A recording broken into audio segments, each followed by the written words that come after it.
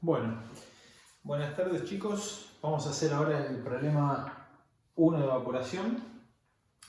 Bien, no tengo hoy mi soporte simple, por eso se está viendo el fondo de la pared y todo, se me rompió, así que me la estoy arreglando como puedo. Bien, respecto a este problema. Este problema, bueno, yo obviamente ya hice el dibujo del evaporador para ahorrar tiempo. Este problema tengan en cuenta que es el tipo de problema que ustedes van a necesitar resolver para entender bien cómo hacer el evaporador en el TPI. Básicamente lo que vamos a hacer acá es ver un diseño de en realidad, de una verificación, ¿no? De un evaporador, pero vamos a usar varias correlaciones, más que todo para ver una comparación, ¿está bien?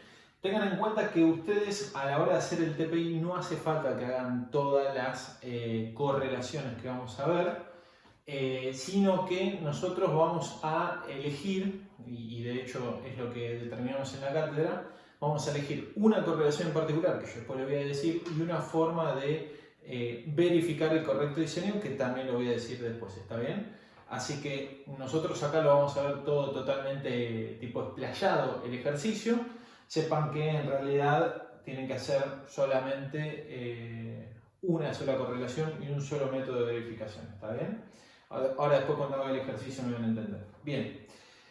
Bueno, vamos a empezar a hacer el ejercicio. Dice, verifique el equipo que se ha propuesto para evaporar completamente, es decir, es un evaporador total, el que les proponemos acá, 20.000 kWh de ciclohexano a 10 bar G, 182 grados centígrados, si el mismo se alimenta como líquido saturado y se dispone para esta operación de 68.040 kg/h de hot oil a 230 grados. Compare los resultados obtenidos mediante las correlaciones disponibles, que es justamente lo que le decía antes. La pérdida de carga admisible para el hot oil es de 40 kPa. Bien, características geométricas le da, nada más de lo único que voy a decir, un BKU 1.4 horizontal y arreglo cuadro, ¿está bien? Ya habiendo visto la teoría, después vamos a entender rápidamente por qué es un K, ¿está bien? Y por qué es arreglo cuadro, ¿está bien? También eso es importante a la hora de una justificación del punto de vista de la teoría. Le da la propiedad si hablas a temperatura media, es decir, lo mismo de siempre, así que vamos a empezar, ¿está bien? Tengan en cuenta que el dibujo que yo hice, todavía no lo expliqué, no significa que vaya a ser el equipo que nos dieron, ¿está bien? Yo hice un dibujo generalizado que vamos a hacer las diferencias que pueden llegar a ver. Bien, acá escribimos las propiedades como siempre, ciclohexano, que va a ser el frío, tenemos WC 20.000 kg/h,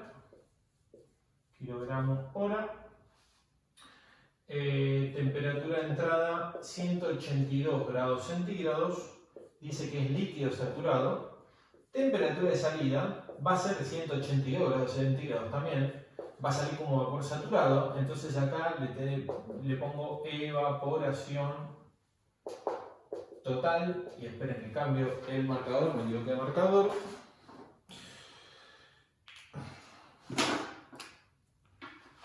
Bien, es decir, nosotros vamos a tener un evaporador total, después vamos a ver las diferencias. Y después tenemos el hot oil, que va a ser nuestro, en realidad le podemos llamar calefaccionador o, bueno, obviamente producto caliente, pero es el que me va a entregar el calor para evaporar el ciclohexano, que es el frío. Tenemos WH 68.040 kg/h, temperatura de entrada 230 grados, temperatura de salida no la sabemos, sale balance de energía, y después sabemos que es un BKU 1.4, arreglo cuadro, anoto acá la longitud de tubo 6,096 metros, diámetro H 0,59 metros, esto es 23,25 pulgadas, ¿está bien? Fíjense algo en particular, que en la tabla les dice DS 23,25 pulgadas, ¿está bien? Y yo le puse DH. Ahora vamos a ver por qué yo llamé DH al DS que está informando acá, ¿está bien? Número de tubos 204, esto va a salir de tabla. ¿está bien? Ya no lo voy a buscar porque ya saben cómo buscarlo. Y ds, ¿está bien? ds, ahora vamos a ver cuál es la diferencia, siempre va a ser un múltiplo, que en este caso vamos a usar 1,8, ¿está bien? Del dh. Nosotros vamos a adoptar 1,8 para este problema. Hay veces se elige desde 1,2 hasta 2, ¿está bien? 1,4 hasta 2, dependiendo del caso. A ver, este 1,8 se lo estamos imponiendo nosotros, o si no ustedes como diseñadores lo elegirían, ¿está bien? Pero ¿cuál es el tema? En la tabla le informa el ds, ¿está bien? Que es como siempre se lo vienen informando. Pero acá la diferencia ¿cuál es? Ustedes, fíjense, al tener ds 23,25 pulgadas, le estamos llamando al dh. En realidad, a multiplicarlo por un múltiplo, estamos diciendo que nuestro ds real va a ser mayor al dh. ¿Está bien? Cuánto mayor, obviamente, lo va a decir este múltiplo. Y el para qué es mayor el ds mayor al dh lo vamos a ir viendo a medida que hacemos el ejercicio. ¿Está bien? Bueno, por el momento lo dejamos por ahí. Algunos datos nada más a tener en cuenta para lo que es la coraza K, ¿está bien? Esta es la coraza K, o marmita también, como la pueden llegar a encontrar, o hay veces pava, le dicen, ¿está bien? Porque kettle es pava en inglés. Tiene muy baja pérdida de carga en coraza, ¿está bien? Por eso acá es una obviedad que cuando ustedes tienen una marmita tipo K, o una marmita tipo K, una coraza tipo K o marmita, siempre el producto que se está evaporando va a ir por coraza, ¿está bien? O sea, no les tienen que ya ni decir. Cuando tienen una coraza tipo K, directamente el que se evapora va por la coraza y el calefaccionador va a ir por tubos, siempre, ¿está bien? Ahora, si no es este tipo de coraza y es otra coraza y es, por ejemplo, un termosifón, ahí puede que cambie, que haya una evaporación por tubo, por coraza, hay que ver el caso en particular, ¿está bien? Pero en el caso de la marmita tipo K, como le está dando acá de dato, ya es directamente obvio que el que se está evaporando va por coraza, ¿está bien? Bueno, listo. También nada más otros equipos posibles se los doy como el BKU, AKU, AKT, bueno el BKU también que se usa mucho. El que es con S, ¿está bien? O sea, BKS o AKS, ¿está bien? No va a tener sentido y les explico el por qué. Ustedes recuerden que primero el cabezal S se compara con el T. Obviamente cuando nosotros ponemos un S versus el T vamos a acomodar mayor cantidad de tubos para un mismo diámetro de coraza, ¿está bien? Ahora, ¿qué pasa? Acá no tenemos delimitante el diámetro de coraza como era antes, que era justo el diámetro del as, ¿está bien? Acá el diámetro de coraza va a ser mucho más grande. Con lo cual, poco sentido tendría desde un punto de vista tanto técnico como económico poner un cabezal tipo S cuando usamos una marmita. ¿Está bien? Para esos casos conviene el tipo T y listo. Es más barato y le podemos dar el mismo uso. ¿Está bien? Por más que ambos sean cabezales tipo flotantes, los cuales son muy útiles para este tipo de procesos porque son procesos sucios, ¿está bien? Muy sucios. Y además de eso, como tenemos intercambio de temperatura muchas veces alto, ¿está bien? Entre el calefactor y el que se está evaporando, vamos a tener una dilatación de los tubos importantes, ¿está bien? Entonces, es por eso que un cabezal flotante es siempre lo más elegido para estos casos. Y además el arreglo tipo cuadro que se está dando acá, vamos a ver después también a medida que hacemos el ejercicio, que por el hecho de que también es un proceso muy sucio, ¿está bien? Justamente el arreglo tipo cuadro lo que les permite es una limpieza mucho más fácil de los tubos, tanto química como mecánica. ¿Está bien? Tengan en cuenta que si tendrían tipo triángulo, se les dificultaría mucho la limpieza mecánica. ¿Está bien? Así que, o sea, para poder hacerlo en la parte exterior o en la parte interior se le va a complicar mucho. Entonces también es por eso que el arreglo cuadro se utiliza mucho en este tipo de evaporadores. Bien. Y otra cosa más del arreglo cuadro, y ya después directamente ya pasamos al ejercicio. El arreglo cuadro, a diferencia del triángulo, recuerden, el arreglo triángulo le da un coeficiente H mayor, pero una pérdida de carga también mayor. El arreglo tipo cuadro les da un coeficiente pelicular más bajo, pero una pérdida de carga también más baja. En el caso de este tipo de equipos, también como los condensadores, lo dije antes, no es un real problema en la generalidad de los casos la pérdida de carga por coraza, porque suelen dar muy bajas pérdidas de carga las evaporaciones, ¿está bien? O las condensaciones. Con lo cual, en realidad, el problema de la pérdida de carga en coraza no suele ser un problema en estos casos, ¿está bien? No es que, o sea, lo que les quiero decir con esto es que el arreglo cuadro se utiliza para la pérdida de carga, no, se utiliza por todo lo que les dije antes, ¿está bien? Pero además también ayuda a bajar la pérdida de carga. Así que bueno, ya está, con esto ya estamos. Y de esto, lo que les puedo decir es que generalmente se usa de 1,2 hasta 2, ¿está bien? De múltiplo.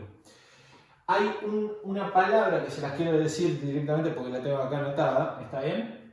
Que aparece en el kern cuando lean la parte de evaporación, que es la palabra disengagement, ¿está bien? ¿Qué es disengagement? Es básicamente cuando ustedes están evaporando, ¿está bien? ¿Qué pasa? Si ustedes van a salir, entran como líquido saturado y salen como vapor saturado, lo que va a pasar es lo siguiente, ustedes van a evaporar, ¿está bien? Y esas burbujas de vapor saturado, posiblemente, debido a la velocidad también de la evaporación, ¿qué va a pasar? Va a tener algún que otro, o sea, va a remover también gotitas de líquido y las burbujas van a tener algunas gotitas de líquido, lo cual nosotros no queremos, ¿está bien? Porque a la salida queremos que sea vapor saturado 100%, ¿está bien? Pero ¿qué pasa? Como esas gotitas de líquido, o sea, están pegadas a la burbuja, nosotros lo que queremos es que se, o sea, ¿cómo decir? No que se separen, pero que están todas juntas, bueno, que se empiecen a como salir a medida que las burbujas de vapor empiezan a subir, ¿está bien? Ese proceso le llaman en inglés disengagement, ¿está bien? O sea, ese proceso en el cual las gotitas se van despegando de las burbujas a medida que van ascendiendo por una cuestión de gravedad, básicamente es eso, ¿está bien? Entonces, ¿cuál es la utilidad de darle esto de 1,2 a 2 del diámetro H que sea el de S? Justamente eso, favorecer este proceso de disengagement, ¿está bien? Que más allá de lo que es la diferencia entre los diámetros de coraza, también, lo han visto en la teoría, se utiliza acá en la salida generalmente un demister, que es básicamente como si fuera no me quiero meter tanto en la teoría, pero como un producto esponjoso, que lo que eso genera es que coalescan justamente las gotitas de líquido que están en ese vapor y vuelvan al equipo y solo salga vapor saturado, ¿está bien? Entonces, teniendo el demister y esa diferencia entre DS y DH, es como nosotros estamos asegurando que lo que sale acá sea casi 100% vapor saturado, ¿está bien? Dicho todo esto de la teoría, ahora nos metemos en la práctica. Balance de energía para sacar esto es bastante simple, ¿está bien? No vamos a dar demasiado detalle. Recuerden que como es una evaporación, tenemos un cambio de estado, con lo cual acá vamos a tener WC, que es WC por lambda de evaporación. ¿Está bien? Bien. A ver si se nos da el lambda de evaporación. Sí, se nos da de datos ya. Esto da 1,522 por 10 a la 6 watts. ¿Está bien? Esto lo igualamos a ¿dónde está? WHCpH por delta T y sacamos la TS, que va a ser 200 grados. ¿Está bien? O sea, entre 230 sale a 200. Recuerden, esto sí es muy importante tanto en la teoría como en la práctica. ¿Está bien? Defensa en TPI, final, todo lo que sea. Los productos líquidos, como en este caso, por ejemplo, que está calefaccionando, es decir, entregando el calor, recuerden que en este caso que va por tubos, para ustedes favorecer y asegurar el llenado total de los tubos, ¿está bien? Y que no queden partes sin llenar de líquido, se llenan por debajo. Es un error, casi puedo decir, el 60% de la gente se equivoca en esto, constantemente. Los líquidos se llenan por debajo para asegurar el total llenado, ¿está bien?, de los tubos y sale por arriba. ¿Estamos? Es siempre así, excepto que haya algún caso en particular. ¿Estamos? Pero si no, los líquidos se llenan por debajo para que de esa forma estamos asegurando que todo el tubo esté totalmente lleno y que el área de transferencia se aproveche totalmente. ¿Está bien? Y obviamente acá el producto líquido que se esté evaporando va a entrar por debajo, ¿está bien?, de la coraza y va a salir por acá arriba. ¿Está bien? Entonces acá le vamos a poner líquido saturado y acá le vamos a poner vapor saturado. ¿Está bien? Esperen que lo voy a acompañar con el rating térmico, así ya lo tenemos también. Rating térmico es bastante simple, ya lo vimos también en refrigeración. Bien. Voy a hacer sin regla para no quedarme chueco. Tenemos el caliente, ¿está bien? Así, TS. Y pequeño detalle, fíjense, 182 grados, con lo cual está por debajo, ¿está bien? Tenemos T minúscula, TS minúscula.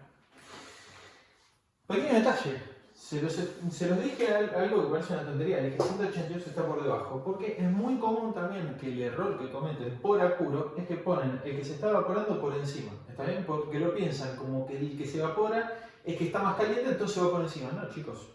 O sea, se está evaporando, va por debajo por una cuestión de la diferencia de temperatura que tiene 182 y esto tenemos 230 y 200. ¿Está bien? Este pierde calor porque está más caliente que este y este no cambia su temperatura pero cambia su estado. ¿Está bien? Entonces va por debajo. No cometan el error, ni en teoría, ni en el final, ni en una defensa de TPI, de ponerlos al revés porque generalmente eso los mata desde el punto de vista de su conocimiento. ¿Está bien? O sea, es realmente un error grave de concepto eso. ¿Está bien? No lo dejamos pasar nosotros. Entonces, les pido por favor no cometan ese error muy tonto, que es muy visto igual en los finales, en los parciales, en la defensa de TPI. Presten atención a esto. ¿Está bien? Bien, ¿qué más les puedo decir de acá? Por ahora nada. A ver, tenemos el caliente que entra por acá, sale por acá. El que se va por dentro por acá, sale por acá. A ver, si nosotros tenemos un evaporador total, como le está pidiendo en este caso, fíjense que yo acá les hice un equipo que tiene acá una salida y acá un vertedero. ¿Está bien? Tengan en cuenta que si ustedes se están evaporando totalmente, ustedes no van a necesitar ni el vertedero ni esta salida. Es decir, el equipo va a ser cerrado acá y esto no va a existir. Si ustedes dejarían esto así, ¿para qué les va a servir en el caso de que, por ejemplo, hagan una columna de destilación y esto sea el reboiler de esa columna de destilación? ¿Está bien? Es decir, sea el que evapore abajo de todo de la columna, ¿está bien? O sea, el producto que sale por debajo de todo de la columna, que es el más pesado, esto lo va a evaporar, va a entrar como líquido saturado, va a salir como vapor saturado y ustedes acá van a sacar también líquido saturado, pero la concentración de los pesados en esta salida va a ser más concentrado que este que vuelve acá. Por eso, un evaporador de este tipo, que es un evaporador, en este caso el que vamos a usar nosotros es un evaporador total, ¿está bien? Pero en el caso en el que yo le estoy diciendo que va a salir por acá una salida más enriquecida en los pesados que el que está volviendo acá, ese reboiler está funcionando como un plato, ¿está bien?, de la torre de destilación. ¿Está bien? Como un plato más de equilibrio. Entonces, en el sentido de lo que es un equipo y el que vamos a usar acá, o sea, lo que es ese equipo, perdón, y lo que vamos a usar acá, tengan mucho cuidado. ¿Por qué? Porque yo acá les dibujé los dos, pero en realidad el que necesitan acá es este. ¿Está bien? Es este así. Yo lo puse a propósito. ¿Está bien? Y acá había puesto puede o no estar, total o parcial. Y acá lo voy a borrar. Y esto va a quedar así. Y este es su equipo, en realidad, ahora. ¿Está bien? ¿Por qué? Porque entra todo líquido saturado y sale todo vapor saturado. Punto. El otro equipo queda para cuando ese evaporador se utiliza como reboiler de una torre de destilación. ¿Está bien? Bueno. Eso nada más también se lo agregué como teoría. Igual lo vieron en la teoría con Mariana y con Julián. Bien. Vamos a seguir. Tenemos acá el DMLT. Bueno, no me voy a detener demasiado, calculamos el DMLT, está bien acá, es bastante simple, obviamente en contracorriente, 30,58 grados centígrados. Contracorriente, bien, FT, R y S, tenemos delta T de casco, dividido delta T de tubo, dividido delta T máximo. calculamos el R y el S, el R les va a dar 0 y el S les daba 0,625. El FT era igual a 1. ¿Por qué? Porque hay un cambio de estado, ¿está bien? Y como hay un cambio de estado y el FT es igual a 1, haber usado el DMLT en contracorriente era exactamente lo mismo que haber usado el DMLT en cocorriente, ¿está bien? Pero, como siempre, nosotros ya, tipo en piloto automático, usamos el contracorriente puro y a lo sumo lo afectamos por el FT, ¿está bien? Bien, nada más para agregar acá. Vamos ahora a calcular área de flujo de tubo y área de flujo de coraza para tenerlo ya para el cálculo. Esto es como siempre, dividido 4 por número de tubo, dividido número de pasos por tubo. Tenés 0,02 metros cuadrados y área de flujo de coraza, tenemos diámetro de coraza dividido pitch por NPS por pitch menos DO por longitud de tubos dividido número de baffles más 1. Voy a tener que cargar de vuelta el marcador. Esto da 0,042 metros cuadrados. Bien, esperen un segundo que cargo el marcador porque son bastante berretas, está bien, y se acaba todo el tiempo la tinta. Bien, mientras tanto voy a ir hablándoles. Ahora lo que vamos a hacer nosotros es, como siempre, calcular los H, ¿está bien? H y O primero, que no va a tener demasiado secreto, ni más ni menos que calcular un H y O de tubos, ¿está bien? Es un fluido orgánico, líquido, no hay ninguna cosa rara, así que vamos a usar Sideritech para tubos, calculamos el H y O y después pasamos rápidamente a calcular el H O, que es lo que obviamente tiene distinto este problema, ¿está bien? Bueno, acá no me falta nada, bien. Tenemos H y O. Rápido, lo doy, está bien, líquido, orgánico, va por tubos, hacemos todos los cálculos como siempre y calculamos el H y O. Venga, la hoja. Bien, tenemos velocidad de tubos, tenemos W de tubo dividido área de flujo de tubos por ρ de tubos, 1,285 metros por segundo. Reynolds de tubo, G de tubo por mu de tubo dividido, G de tubo, perdón, por DI dividido mu de tubos. El G acá el G me lo pasé de largo, ahora lo voy a poner acá. ¿Está bien? Lo voy a poner acá, me lo comí. Dividido área de flujo de tubo.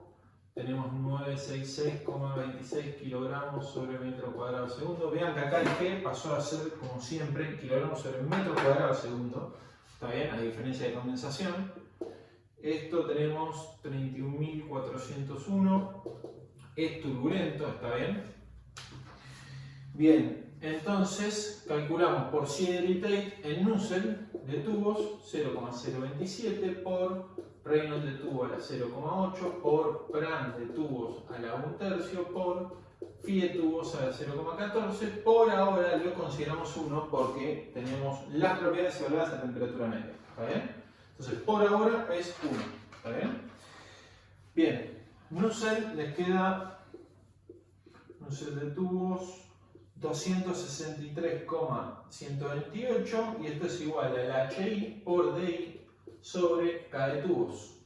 De acá sacamos el HI que queda 1452,70 watts sobre metro cuadrado Kelvin. Hacemos por DI dividido DO y tenemos el HIO que nos da 1263,85 watts sobre metro cuadrado Kelvin. Bien, voy a borrar acá y ahora vamos a ir al HO. Van a ver ahora que lo que es el cálculo de HO, a lo primero van a ver las diferencias, después se hace bastante repetitivo, ¿está bien? O sea, la realidad es que es primero, les voy a dar las fórmulas que ya las vieron con Mariano y con Julián, con lo cual no va a haber nada nuevo ahí, tampoco voy a detenerme tanto en eso, y después vamos a ver correlación tras correlación. ¿Está bien? Entonces, Ahora para la coraza vamos a calcular el archivo. ¿Está bien? Les doy primero las ecuaciones, la de delta T exceso. Delta T exceso, no voy a entrar en el detalle de cómo llevo el delta T exceso porque ya lo vieron en la teoría, ¿está bien? Entonces ya tenemos directamente la... esperen que se lo voy a poner todo separado, así lo ven bien. Menos TS más T dividido 2. Bien, ahí estamos. Esto, recuerden que este va a ser el calefactor.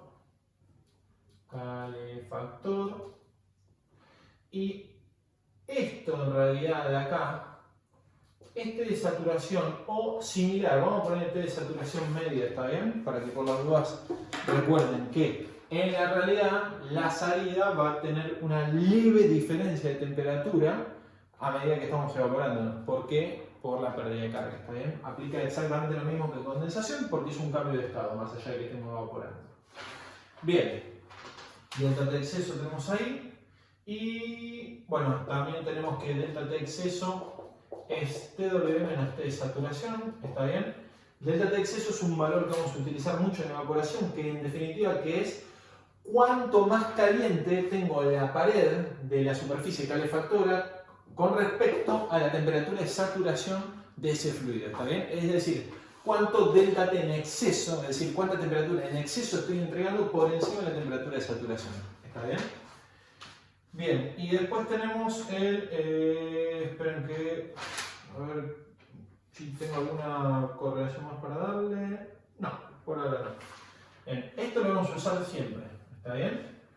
O sea, esto y esto lo vamos a usar siempre. Entonces, vamos a empezar por la primera. Antes les quiero dar nada más una introducción a esto. Antes usábamos en el TPI, que ya no se usa más, así que ojo si algunos se pasan los TPI de un curso anterior para ahora, porque me voy a dar cuenta porque están utilizando una correlación que ya no se usa más, ¿está bien? Antes usábamos en el TPI una correlación que se llama de Levy, ¿está bien? Que a lo primero dio bastante buenos resultados, después empezó a no dar tan buenos resultados.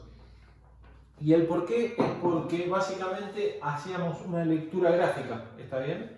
De un valor que lo usamos en la correlación. Y la realidad es que el gráfico estaba mal desde el punto de vista del gráfico en sí, o sea, estaba mal diseñado el gráfico, estaba borroso y además de eso se supone que en el paper de esta persona, Levy de apellido, hubo un error en alguna conversión y eso generaba, o sea, en el paper en sí, ¿está bien?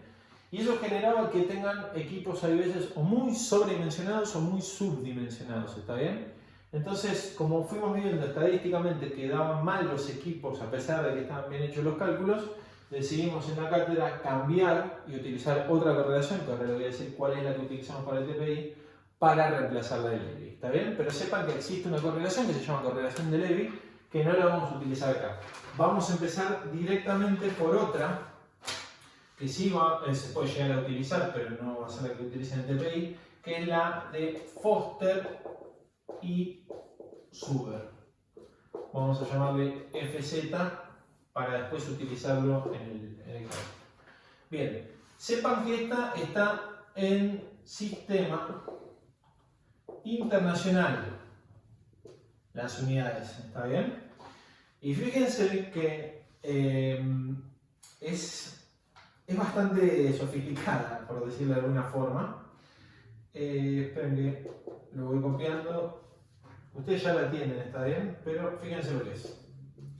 CP del líquido 0,45 por ρ del líquido 0,49 por K del líquido a la 0,79 por delta P exceso. Ahora vamos a ver qué es eso, a la 0,75 dividido ρ del vapor a la 0,24 por mu del líquido a la 0,29 por lambda del vapor a la 0,24 por la... se me fue ahora el nombre. La tensión superficial, perdón, se me había hecho una nebulosa. por delta T exceso a la 0,24. Como ven, es extremadamente fácil de recordar. Mentira, es un chiste. Se darán cuenta que es totalmente experimental esta ecuación, ¿está bien? Entonces ustedes jamás se van a poder acordar estos de memoria. Se acordó solo un alumno de memoria, supuestamente, en la historia, que terminó con un 2 porque se había copiado esta correlación, ¿está bien? Nadie se puede acordar todos estos números y no tiene ningún sentido que se acuerden esos exponentes, ¿está bien? Sí, lo que tienen que saber es más o menos de manera aproximada de qué variables depende, ¿está bien? La correlación de Foster y Schüler. Por ejemplo, si ustedes tuvieran que definir de qué depende la de Foster y Schüler, podrían decir que H es función de propiedades termodinámicas y del delta T exceso y del delta P exceso, ¿está bien? Entonces, de esa forma, ustedes están demostrando que muestran que las propiedades termodinámicas siempre son parámetros importantes de las correlaciones y que en este caso tienen el delta P exceso y el delta T exceso como un diferencial, ¿está bien? Eso es lo que nosotros buscamos en un final o en un parcial si llegaran a explicar este tipo de cosas, ¿está bien? No que se acuerden los exponentes. Pueden poner todo si quieren con el exponente A, B, C, D, no tiene ningún problema desde el punto de vista de la corrección eso, pero no se gasten en acordarse exponentes que no tienen ningún sentido, ¿está bien? ¿Qué más le quería decir? Esperen. El delta P exceso. Delta P exceso. Fíjense, el delta P exceso, a ver si me parece que voy a tener que borrar acá. Fíjense cómo es la expresión del delta P exceso, que va a ser PW, es decir, P de wall, de pared, acá digo pared, ¿está bien? Menos P de saturación. Ustedes dirán, ¿cómo calculo la presión en la pared? No se preocupen, esto se calcula así. Ahora voy a poner algunas anotaciones por E elevado a la, es un choclo esta, ¿no? Tenemos lambda por mr dividido r por, y acá tenemos 1 dividido ts más 273,15 menos 1 dividido tw más 273,15. ¿Está bien? Todo esto tenemos así a la menos 1. ¿Está bien? O sea, e a la todo esto menos 1. ¿Está bien? Todo esto es el exponente. ¿Estamos? Acá voy a hacer algunas anotaciones. Esperen que lo voy a poner acá. Esta presión es presión absoluta en unidades absolutas. Ejemplo, kilopascal A, bar A, etc. Después tenemos R, constante universal de los gases. Esperen, lo pongo. Constante universal de los gases. Y tenemos R igual 8314 pascal por metro cúbico dividido mol Kelvin, y el MR para este caso, que va a ser MR igual 84, porque era ciclo hexano, ¿está bien? Y creo que nada más, por las dudas de acá, se me pongo que TW es igual a TS más delta T exceso. Y creo que nada más, ¿está bien? Ah, un detalle importante para Hi-Sys. Bueno, bar G es la presión, por ejemplo, en bar manométrica. Bar A es la presión en bar atmosférica, absoluta, perdón.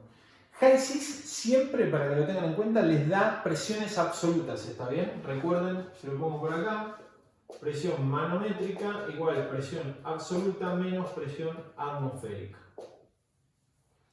Dato importante, P manométrico igual P absoluta menos P atmosférica. Hi-Sys se le da siempre en presión absoluta, así que ojo con eso, ¿está bien? Tengan en cuenta esto a la hora de si lo tienen que utilizar en la correlación. Bien, perdón que me fui de largo, pero es así, el tema este de las correlaciones son largas, ¿está bien? Hay algunas que son un poquito más fáciles, igual que esta. Esta es la más complicadita desde el punto de vista de los exponentes. Bien, entonces. Ahora, ¿cómo es esto? Bien, esto, ahora sí, esperen que agarre la hoja. Tenemos presión, en este caso eran 10 bar G, que es dato, ¿está bien? Entonces, P absoluta es igual a 100.000 pascales más 101.325 pascales. Esto es igual a 1101.325 pascales. La presión, a ver, esperen. Presión crítica se las doy de datos ya. Es un dato de bibliografía. Lo vamos a necesitar más adelante. Bibliografía, ahí está. Okay. Estoy checando una cosita nada más.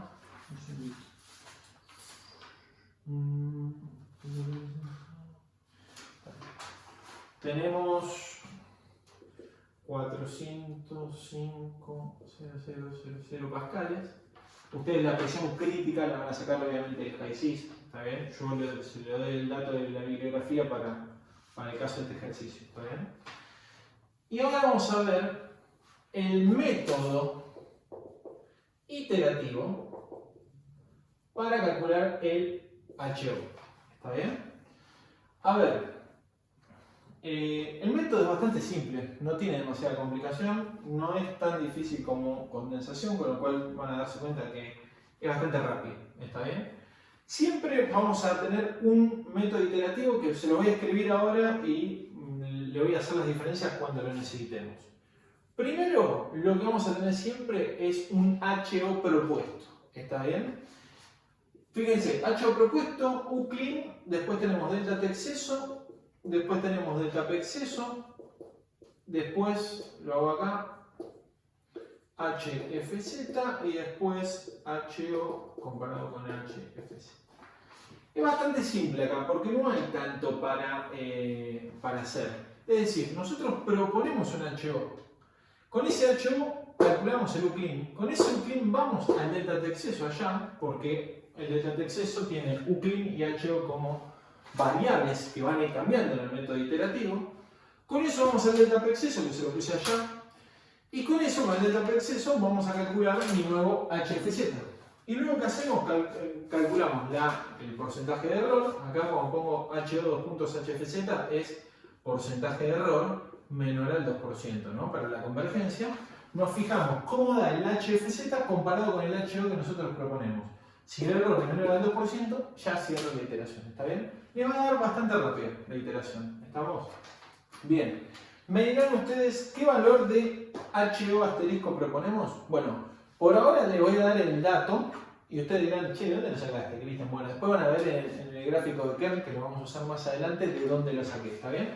Pero les recomiendo como HO propuesto, utilizar HO asterisco igual 300 BTU sobre hora pie cuadrado grado Fahrenheit. Esto es un datito del genio Kern, ¿está bien? Después van a entender por qué dice este valor y no cualquier valor. A ver, como siempre, como es un valor semilla, acá pueden ponerle 500, 1000, lo que sea, y en la primera iteración ya se van a acercar directamente al valor, ¿está bien? Yo solo les doy este valor para que no vayan tirando cualquier valor al azar o para que también ustedes sepan el por qué este es un valor bastante acertado para utilizar, ¿está bien? Después ya se van a dar cuenta a medida que hagamos el ejercicio. Bien, entonces, método iterativo, ya saben cómo calcular todo, el Uclean no tiene nada distinto, se calcula como siempre, así que no hay más que les tengan que explicar acá, solo hacer la iteración, ¿está bien? Entonces, acá ya le doy convergido los resultados y esto mismo voy a hacer con cada una de las correlaciones, ¿está bien? Delta T exceso les queda 7,173 grados centígrados, delta P exceso 109,063 pascales, QFZ igual 32,637 watts sobre metro cuadrado y HFZ igual 4549 watts sobre metro cuadrado Kelvin. ¿Está bien? Recuerden otra otra ecuación que no les puse, QFZ igual HO por delta T exceso.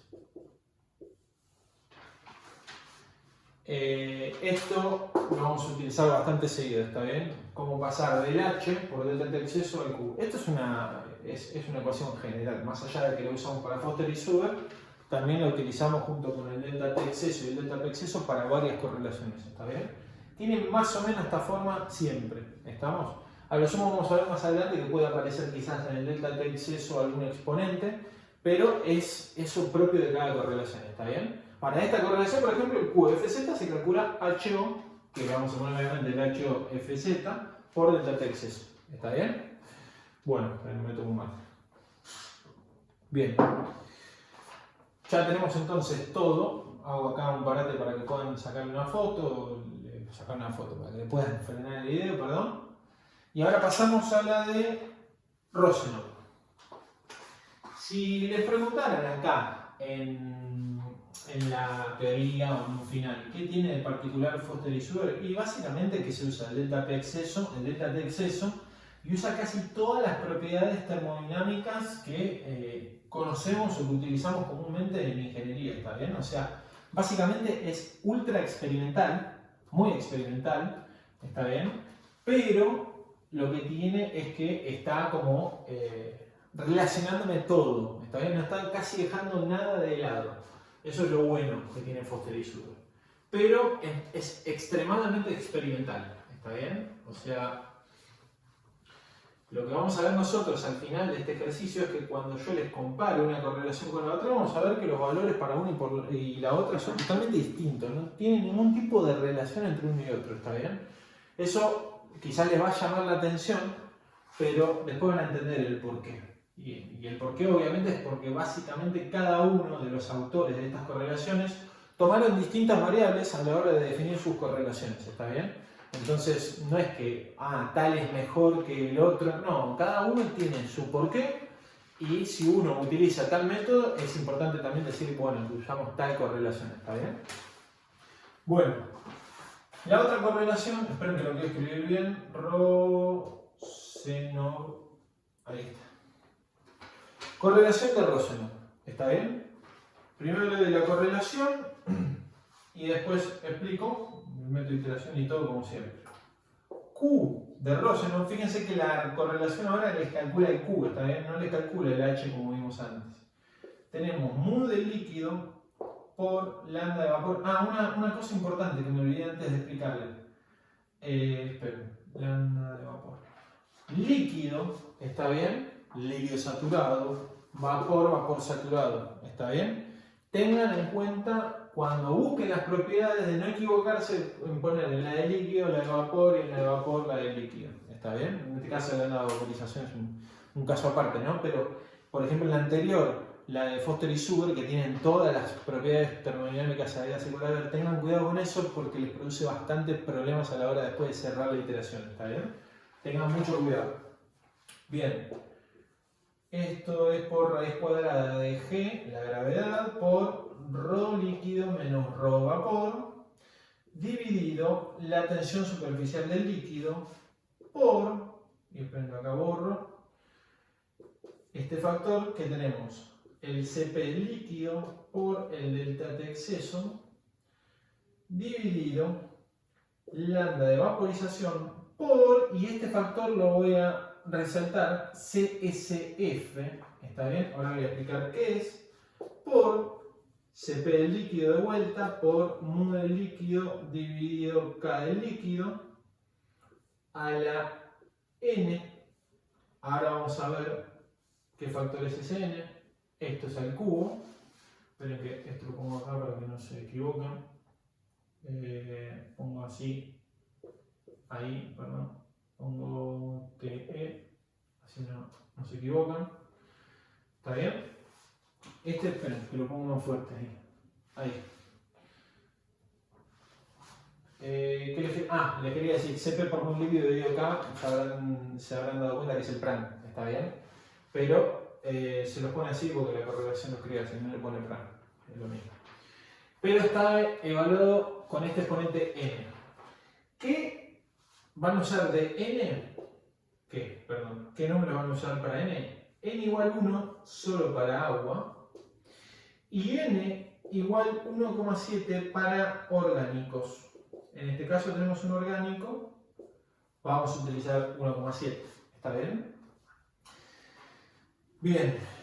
Les doy uclean, bueno, HIO a la menos 1 más HIO a la menos 1. Nada nuevo. Delta T exceso ya le había escrito antes cómo se escribía. CSF, ¿está bien? Este factor 0,013 dato. ¿Y qué es el factor este?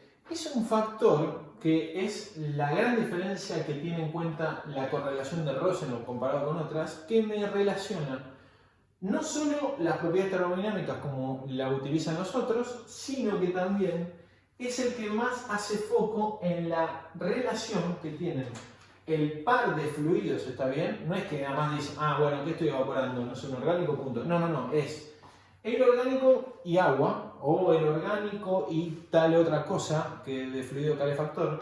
Entonces es la dupla de los fluidos que estoy procesando y su interacción con la superficie calefactora. ¿Está bien? Entonces, Rosenau hace mucho énfasis en la relación entre los productos que se están procesando y su relación con la superficie calefactora. ¿Está bien? Ese es el factor CSF que lo hace diferencial a la correlación de Rosenau de las otras. ¿Está bien? Esperen acá. CSF generalmente, ¿qué valores tiene? Tiene valores de 0,001 menor o igual a CSF menor o igual a 0,05. ¿Está bien? Esperen que acá también le voy a poner el Q de Rosenau, que es igual a H de Rosenau por delta T exceso. ¿Está bien? Lo que les dije, tengan en cuenta que este CSF puede ser, por ejemplo, ustedes pueden tener un par de fluidos y tener un CSF para cobre, un CSF para acero inoxidable, un CSF para acero al carbono, ¿está bien? Por eso les digo que es los pares de fluidos y el material de la superficie calefactora. Si nosotros no cambiamos el par de fluidos, pero sí cambiamos la superficie calefactora, cambia el CSF, ¿está bien? Entonces tengan ese pequeño cuidado a la hora de explicar las diferencias. Bien, hasta acá estamos. Bien, y el proceso iterativo es bastante simple. ¿Qué tenemos entonces? Proceso iterativo. Tenemos HO asterisco, lo mismo, proponemos 300 BTU sobre hora P cuadrado grado Fahrenheit, Uclean, delta T exceso. De acá vamos al Q de Rosenau, de acá vamos al H de Rosenau y de acá comparamos el HO con el H de Rosenau. ¿Está bien? Cuando el porcentaje de error es menor al 2%, converge. ¿Está bien? Bueno, entonces los resultados convergidos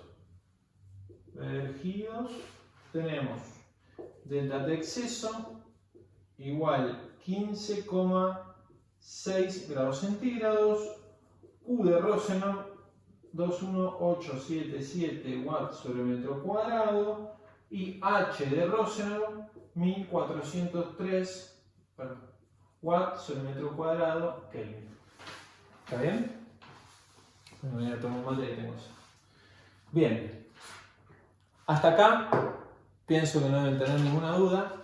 Ahora vamos a hacer en otra correlación que es la que van a utilizar para el TPI, que es la de Mostinsky. La voy a hacer ahora en otro video para que no sobrecargar tanto un video. Ahora hago el otro video.